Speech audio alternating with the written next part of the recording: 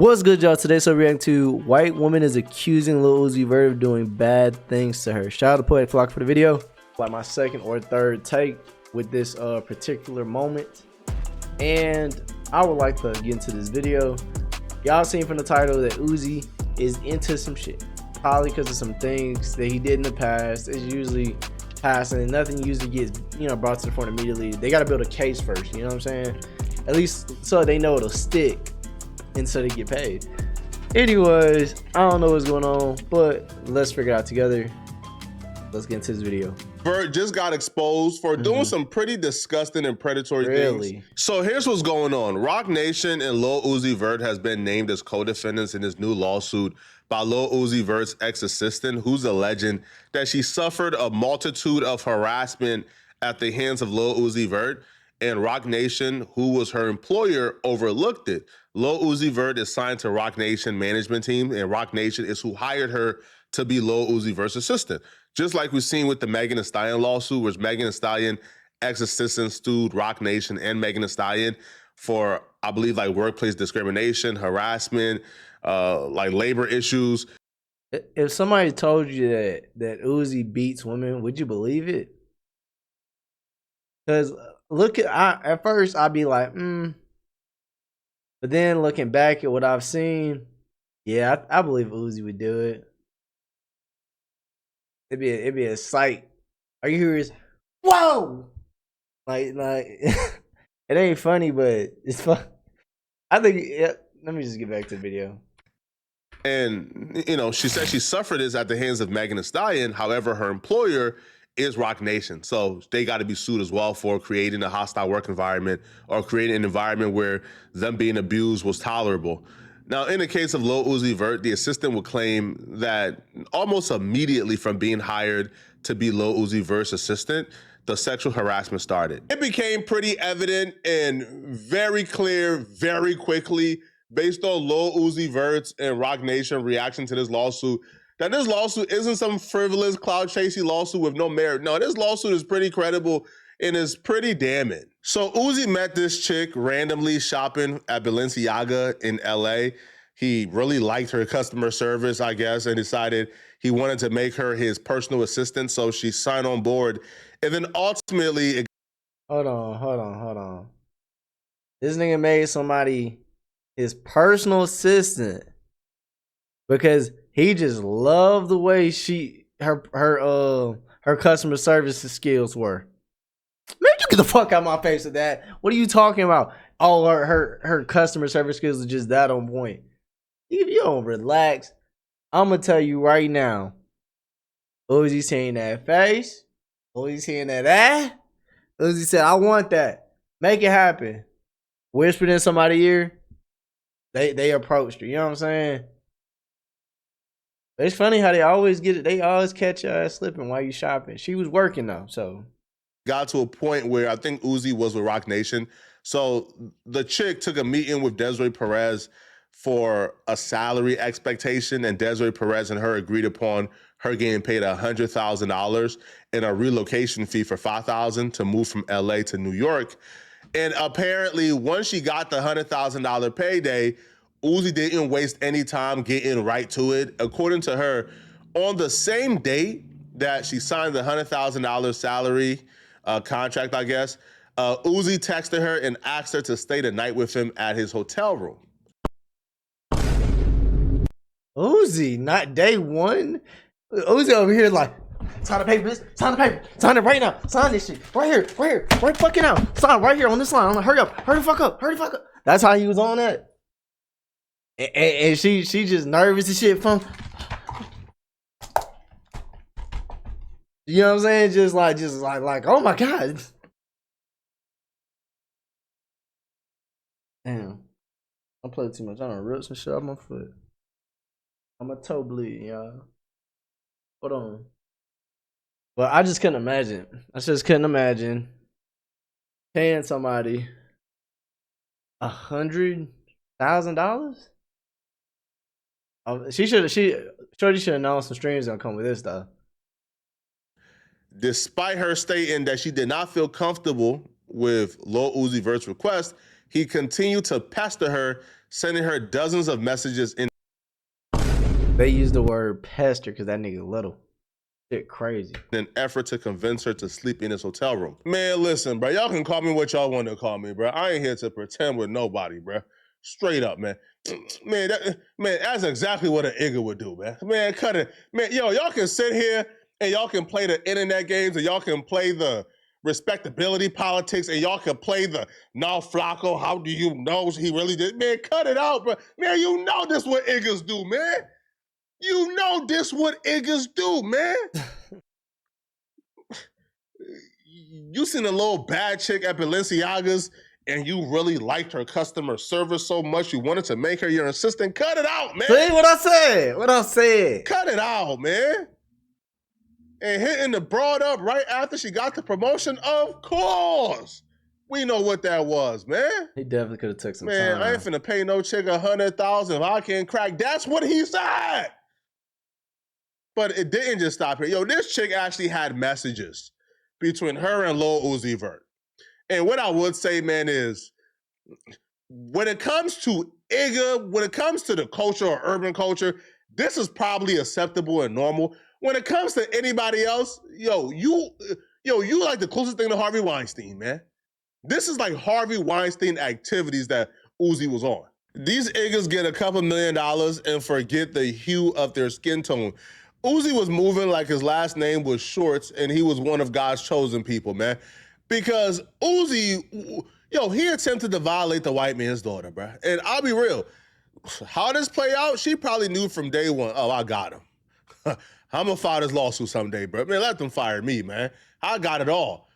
Because if you look at the other messages that Uzi was sending her, bro, it's like, man. So Uzi sent her, I sent you something on Vantage. Mind you, this is his employee. Come rub me down before you leave. On some Diddy activity. I'm by myself right now. Send me something. Let me see that booty. Yo, you know what Rick Ross taught all of us, man? Even though what Rick Ross says was ignorant as hell, one of the most ignorant things I think I've ever heard from anybody. But Rick Ross once said, man, listen, I can't sign no female artist, man. And they said, why, Ross? Why won't you sign a talented woman and invest in her? Ross said,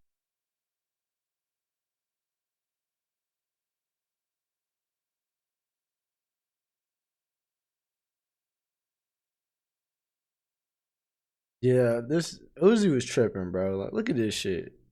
He on some Diddy activity to come rub me down with the baby oil and shit. And talking about, let me see that booty. Like, you gonna talk like this, Uzi, you might want to just talk in person. Just because you got so much power, money, influence. Like, bro, come on now. The snake's gonna come out for you the hardest. You gotta be prepared. yeah, listen, man. All right, listen up, bro. All right, so I'm supposed to sign the chick, get her body done, pay for her hair, her makeup, her nails, make her the baddest bitch on earth, make her so desirable, man, that other men wanna be with her. But I'm the only man on earth who can't sleep with her, or else I get charged with all type of crimes and lawsuits. Man, cut it out, man. I'm good. It's not for me. I'm not doing it. Now, that was ignorant for Rick Ross to say, but Respectable though. you kind of want to be a Rick Ross before you are a Lil Uzi Vert. Right. Because what Lil Uzi Vert told this chick, as you guys are about to hear, is actually right in line with what Rick Ross said, but Rick Ross got backlash for it. So Uzi apparently wrote this chick and he told her, you are more than my assistant. You are my bitch. You my bitch, Uzi? There's a contract for a working relationship, not an intimate one? Uzi, you picked the wrong one, man. To be a woman, especially in any profession that caters to any hip-hop personality or any rapper. Because when you are in the culture, now, again, I can only speak for hip-hop culture. I can't speak for country or rock culture because I don't know, right? I don't know too many country artists or rock stars. But when you are a woman and you are in a profession where you are catering to rappers and hip-hop personalities and hip-hop figures, what you're subjected to is more than just usual harassment. No, these people or these rappers feel like they own you. They feel like you are their property. And it's because a lot of them, in their mind, what you're doing ain't really that taxing. They don't really value what you're doing at all. So the value they see in you is their ability to sleep with you. So in the case of Lil Uzi Vert, or let's say other rappers, if you are a personal assistant and you're going on trips with him, going on tour with him, and you're picking up his calls, and you're picking him up food, and you're doing his laundry at times, and you're dropping off things, and you're handling his scheduling and things of that sort, man, they see that as a responsibility for a girlfriend. They don't really see value in that. The only reason they pick you is because they want to sleep with you. Unfortunately for Uzi, but they don't see it like that. It's just like having a conversation with a chick about like most dudes, they not just gonna want to be your friend. Like, yeah, they'll play that friend role for a minute, but eventually the opportunity to strike and clack some cheeks gonna present itself. Most niggas not walking away from that challenge. They're like, I wish I had the gong, but I ain't got it, so he's gonna use the boom. So they be like, it's time. You feel me? That's how that works. But maybe I do got. It's there, but it's just not. I gotta add the sound to it. Yo, this chick had a mastermind in her corner, man. This chick had a dude who's just like me in her corner, man. All right, man, baby, don't trip. All right, don't trip. All right, don't quit that job. Let him do what he gotta do. So the mastermind, which is her boyfriend, he encouraged her to start therapy amid struggles of burning out and harassment by Lil Uzi Vert. So in January of 2024, plaintiff Doe, which is, the ex-assistant, was encouraged by her partner and began therapy due to the stress and emotional distress she experienced due to Lil Uzi Vert's harassment. Plaintiff. Just imagine she was single before this, and just to try and get that nigga to stop harassing her, she was like, I have a boyfriend. She really went out and got a boyfriend. And she don't like that nigga either. That'd be some shit, wouldn't it? Doe began going to therapy on a regular basis. Oh my God. Bruh, this lawsuit is one of the closest things I think I've ever seen to a certainty, man. You gonna get some paper out of it. Lawsuit this ironclad? Nah, bro, you can't get your way out of this, bro. She even started therapy and documented the therapy journey because of the harassment. And trust and believe she did this on purpose, by the way. In February of 2024, the company debit cards provided to make purchases for defendant Woods ran dry. Plaintiff was directed to pay out of pocket for food, clothes, and alcohol for Lil Uzi Vert and his entourage. When plaintiff contacted Lil Uzi Vert's manager with requests for reimbursement for her business expenses or standard per diem, she was told she was only entitled to her salary. To this day, they have failed to fully reimburse her for her business expenses. To me, this has to be like an ego thing. I can't possibly think or come to the conclusion Uzi Vert was just so horny that he must smash his assistant. Like, you're Uzi Vert, bro. You could literally cheat on your living girlfriend who you have by going on Instagram and just, hey, who want to F me? You'll have a million girls trying to F you the same night. So wouldn't that be? I got a story for y'all. So basically, when I was working in San Diego, there's this nigga I worked alongside with, right? And just because, as context, it falls in the Instagram thing. So one day he looked, he like, damn, bro, you don't got females DM you, trying to get at you. I looked at this nigga like, what? Who the f you think I am? No. He like, man, that's crazy. I get it all the time. I'm like, bro's a professional bodybuilder, bro. That's literally, I think, is a professional, bro. When he's constantly doing shows and going places, shit like that, sure, that would make sense because he's more like known for something. I wasn't known for nothing yet. Like, I'm still not known for nothing now, but we're working to get there. Anyways, just imagine being Lil Uzi Vert. You could literally pick up your phone, IG. Hey, I need somebody to come through this address right now. First bitch wins. Like, he would have bitches tearing down the street. Some dangerous shit. But I just couldn't imagine just to be able to just whip out your phone, mad chicks. I'd be some shit, wouldn't it? It'd be just a horny thing. It has to be some type of ego tripping power dynamic he has in his head going on. Because even when you see the next messages where he's verbally abusing her, he brings up like the race dynamic a lot. The race dynamic. No, it's not some racial shit too, Uzi. No, Uzi, no. Which points to me out, okay, he gets off on berating this chick. Like, he gets off on this chick serving him. He has some type of weird race fetish going on in his head. Man, Uzi on timing, man. Uzi tells this white girl, stop being so effing soft. This is me to you. No black rapper will be able to tell a white girl stop being soft. Well, today I am. How you gonna say no black rapper has ever told a white girl stop being soft? Well, today I am. That's just a crazy line of wording. Hold on. Stop being soft. I don't care if you mad, sad, cry, whatever. You a girl, you supposed to. And when the assistant apologized for the oversight, Lil Uzi Vert responded, you are more than my assistant. You are my bitch, which was a recurring theme apparently. Now, this is not as bad as it gets worse, okay?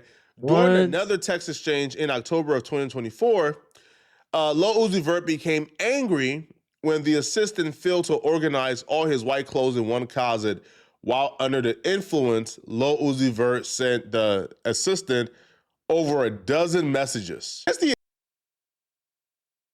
he just say all not having all his white clothes in a certain room?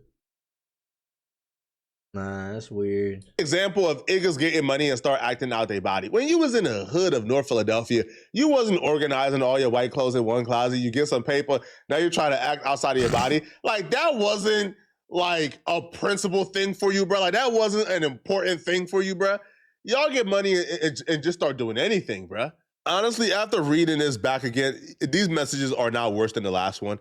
But it does kind of show like how unstable and erratic Lil Uzi Vert is and how working for him might be hell. So Lil Uzi Vert like tells her or confesses that he's currently on drugs. He says, you're not even on drugs like I am. I don't understand your mental over being successful. You are basically saying F what he say, like I'm just a pushover. All this because she didn't, I guess, organize his clothes like correctly. But I'm not upset. Life only gets better. I'm not trying to be in a bad mood. Everybody counts me out. Like, I'm really not.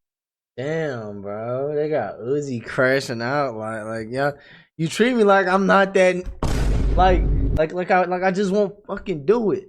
Everybody's always counting me out. Like, and then you got like I wish I had this sad like I gotta find it. I gotta get that the smallest world's smallest violin like sound effect. Not a star. I feel.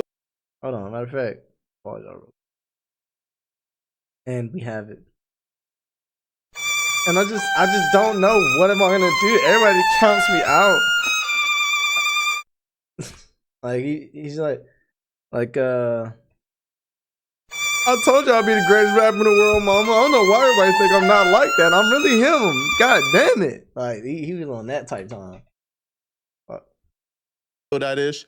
But I have somebody doing it today, just a little upset, honestly, in regards to the clothes. When Plaintiff Doe responded to Lil Uzi Vert's messages and asked where they go from here, he responded, I'm just mad. It's cool. Defendant Lil Uzi Vert, sexual and verbal harassment of Plaintiff Doe continued throughout the year. Our next complaint is pretty consistent with other lawsuits I've been seeing from other personal assistants of celebrities. Apparently, like, overtime is not a thing because in a lawsuit, she would say, yo, there were days that she was working like 39 hours straight, but she never received overtime compensation. Like, they gave her a salary, and that salary was $100,000 a year. However, you know, when like she was often working 12-hour days, 18-hour days, 39 hours straight, she wasn't receiving any type of extra compensation, and she feels like that was not fair. This is the exact same complaint that we see Megan Thee Stallion personal assistant has. They both were, I guess, working for Roc Nation. So maybe it's just a Roc Nation thing, but I don't know, right? Is a personal assistant supposed to be on call 24/7? Do they not have a life as well? If that's the case, I don't think $100,000 is worth it. I don't think $100,000 is worth literally being somebody's servant 24 hours a day. I'm good. Yeah, it's not on somebody's beck and call every second of the day. Like, oh, I need this. Oh, I need to contact this. Oh, I need to do this, and just like they just constantly running that person back and forth into the ground. That shit not cool. And even if you did the math, like 100,000 a year. All right, so well, if it's 120,000, that'd be 10 grand a month. So it's less than 10 grand a month. You ain't got no social life.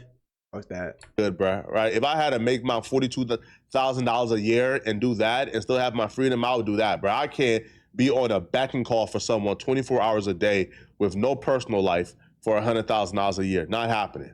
She broke down how the labor code, I guess, codifies the right to overtime compensation and 1.5 times the regular hourly rate of pay for hours worked in excess of 8 hours a day, or 40 hours in a week for the first 8 hours worked, blah, blah, blah, blah. So during a relevant time period, apparently she's claiming that she worked in excess of 8 hours in a day, excess of 12 hours in a day, in excess of 40 hours in a week, for which she claims should have been compensated at an overtime rate. Apparently they didn't do so, okay? But where do we see this lawsuit going? Well, lucky for you, we got the answers. It's not going nowhere, okay? The bag was dropped, okay? The defendant, the assistant, was given a bag and she dropped the lawsuit, okay? They came to a settlement, all right? Now, what that settlement is, how much it is, I don't know. Millions. The fuck? But they came to a settlement and the lawsuit was dropped. Because, she had them right, left, and center. It wasn't even a discussion at this point, bruh. It was not even a discussion. Like, what's there to discuss? She got the messages, she got the proof, she got everything you need. Cut. But, Rock Nation. I bet they was like, stop. No more. What do you want? That's all we need to know. Uzi's trying. Hey, shut the fuck up, Uzi. No one's talking to you right now. What is it that you would like for us to give you to make this all just go away? Drop that bag, man. All right, y'all let me know in the comment section. What do you guys think about this, man? That's the end of the video. Hey, yo, if you liked the video or you stopped by, hit that like button. It's not that hard. Also, if you want to check out any of my other videos, probably going to put it in the center right here. Then go check out that one. Anyways, I got to get to the next video. Y'all be smooth. Peace.